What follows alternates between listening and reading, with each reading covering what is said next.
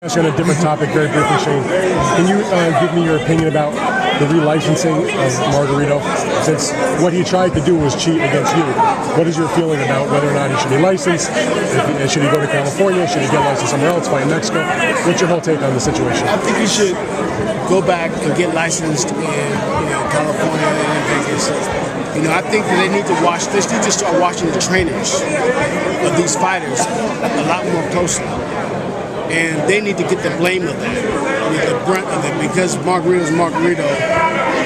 He gets, the trainer said nobody talks about Capetillo. Well, they do. They do a little bit, but not really. But do you think that he didn't know? It's Margarito.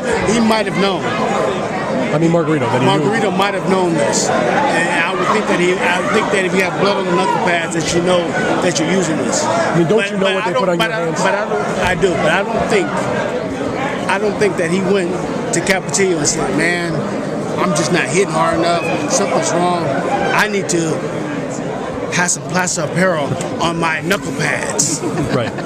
No, but just by allowing... I need to have something on my knuckles so I can hit hard so I can knock these guys out, because I'm not knocking nobody out. I don't think he's going to do that. But he's also knowing that there's something that's not quite right on the pad, right? Huh? Isn't he kind of like knowing that there's not something quite right in there? After he's using it, and then he's getting the see. I told you this is great stuff. I mean, it's only knuckle pads. It's not it's not on the outside. It's convincing this guy, and he's doing it. The first thing my father said, he didn't say anything about Margarito. He said, "Man, that Capetillo, he's been doing this forever. Why would he do something like that?" He said nothing about my father. He said nothing about Margarito. Because he's thinking about it from a trainer's point of view. No, not a trainer's point of view. From a father's point of view. Not from a trainer, from anybody else, from 11. Like, this is my son. Why would Capetillo put this on this man to fight my son? Same thing that Cotto's dad said. Yes, same thing. It has nothing to do with Margarito. Margarito's just a fighter in there fighting. Why is this man putting this stuff on this boy's hands to hurt my son? So you're holding him more responsible, even though Margarito takes blame also. Oh, definitely. Margarito takes, he gets a suspension because I think he knew about it and he just kind of went along with the program. But the real villain in this equation is Capetillo. He's the real villain in this. So you don't even think he should ever get the license back then, or do you? Man, that should be up to the courts. They can judge that, but let's point the finger to the real person. Don't point on Margarito like that. I mean, he deserves a penalty, but the real villain in this equation, there's a rematch clause for this fight. Why do you think that's here? Why did you allow that to be there? And then that's one question. If you could map out the end of your career,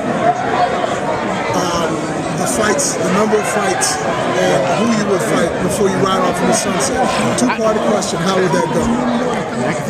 First about the rematch clause. Okay, the rematch clause. The rematch clause, I think, is there because there is some concern.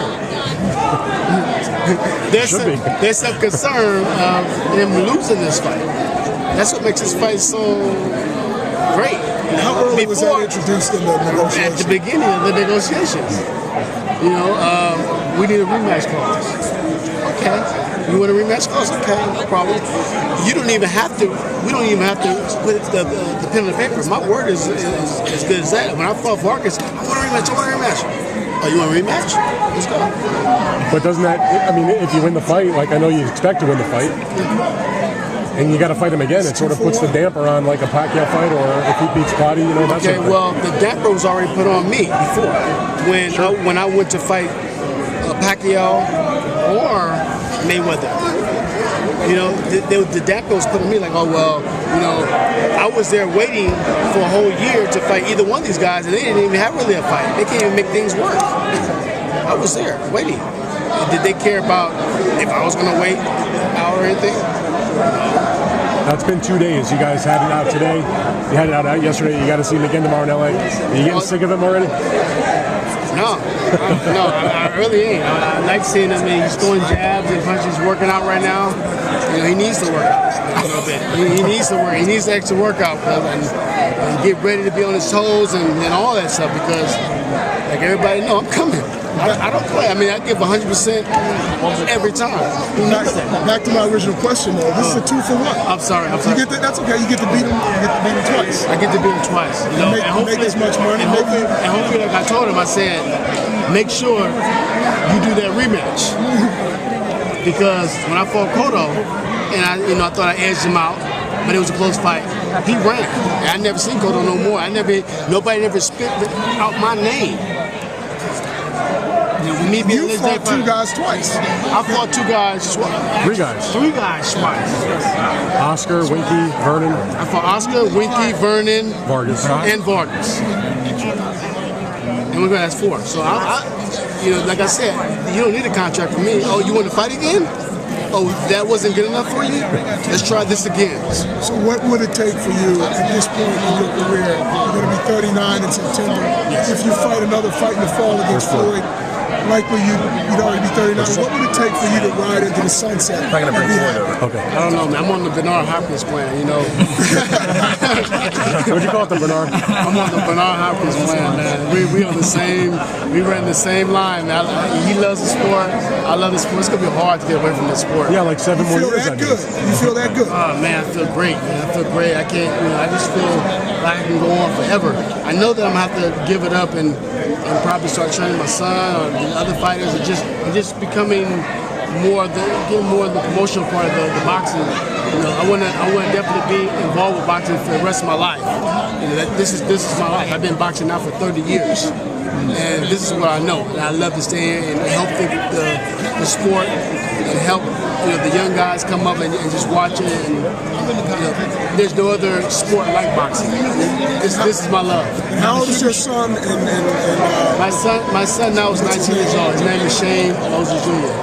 He's a junior. He's boxing too. He's good? He's pretty good. He's gonna fight. He's 6'1". He's gonna fight in the Golden Gloves probably this March 7th.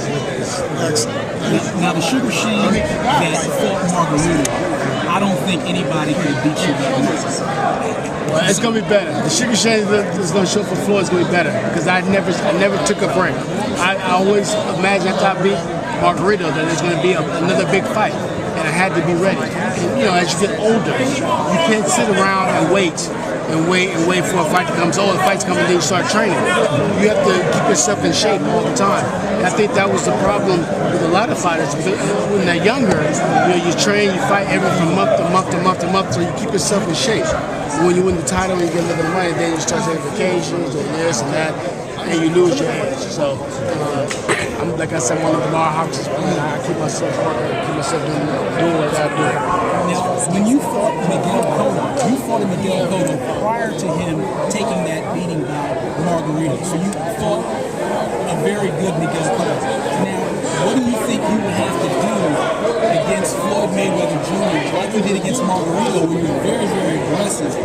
Will you be more aggressive like you were against Margarito, or will you box more like you did against Miguel Cotto? Because a lot of people believe if you would have been a little more aggressive against Miguel Cotto, you would have won that hands down. Kelly. Yeah, well, Miguel Cotto, Kelly. there's a lot of things. The ring was very slippy. I couldn't catch traction. After making school, I couldn't catch any traction. I did the whole thing out there in New York. I was there 2 weeks before the fight. It was a lot of things going on. Live, mentally, I just wasn't present. And you can see the difference when I fight Margarito. Everything is, I'm just clean. It's like everybody's saying, well, he should be going through all kind of drama and stress right now. But the stress was released. And he's seen a whole different type of fighter. Even with Margarito, I was kind of boxing a little bit, and I wasn't really going at him as much until he was actually coming at me, and I was basically countering. I can box too as well as I can punch. Shane, that's